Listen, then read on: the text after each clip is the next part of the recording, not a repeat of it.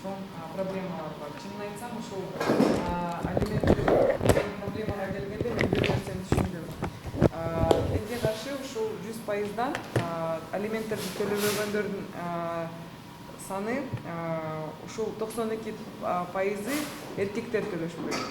Бул деген абдан өкүнүчтүү. Анткени бала деген бул жерде мындай кандай десем, ортодо калып калып атат да. Чынын айтсам, менин да кээ бир коллегаларым бул мыйзамга каршы добуш беребиз деп айтып атат азыр.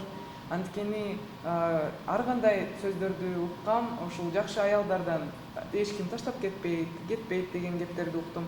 Бирок эч ким ушул баланын укугун боюнча сүйлөгүсү келбей атат. Биз ушул мыйзамды чыгарган себеби бул деген баланы коргош үчүн бул мыйзамды жазып чыкканбыз. Анткени сиз бүгүн көргөндөй, ушул көбүнчө бул мыйзам айымдарга тиешелүү. Бирок ушул алиментти төлөгөн учурунда сиз бул сиздин өзүңүздүн мындай аялыңызга төлөбөйсүз. Сиз бул алиментти балаңыз үчүн төлөйсүз. Ушул нерсени мен таптакыр түшүнбөй жатам.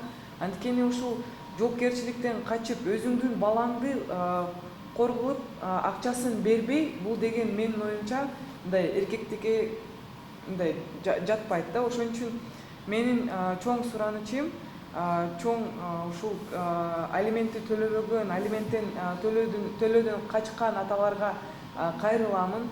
Бир эле суранычым бар. Ушул өзүңүздөрдүн балаңыздарды эч качан калтырбай, көңүл бура албасаңыз жок дегенде акчасынан калтырбаңыз да. Ушул биз дайыма айтабыз, мындай бывают бывшие жены, но бывших детей не бывает. Мен муну азырынча мындай айтканда, ушул мыйзам боюнча мындай так айтып кетсек, биз алименттин өлчөмүн көбөйтүп атабыз. Бүгүнкү күндө алименттин өлчөмү 200-300 сом деле төлөгөн адамдар бар. Муну көтөрүп, ушул минималдуу прожиточный минимумга бир бала үчүн ага мындай байлап 1800гө көтөрүп атабыз. Бирок бул сумма жылдан жылга өсө турушу мүмкүн. Анткени бул сумманы Настатком өзү тактайт. Ошондой. Ушул дагы бир чоң көйгөй бар. Ушул айым айтып кеткендей, балаңызды чет өлкөгө жалгыз чыгара албайсыз. Экинчи ата-энесинин разрешениясы жок болсо. Ал учурда биз мындай бир мыйзамда нерсени көрдүк да. Мисалы сиз сотко кайрылсаңыздар, сот бир айдын ичинде сиздин ишиңизди карап, сизге өзү ушул балаңызды чыгарганга укукту берет. Ошондуктан бүгүнкү күндө дагы бир нече проблемалар бар. Мисалы, бир атасы алиментти төлөбөсө, мурунку закондор боюнча, Уголовный кодекс боюнча түрмөгө отургузган мүмкүнчүлүк бар болчу. Бүгүнкү күндө андай мүмкүнчүлүк жок.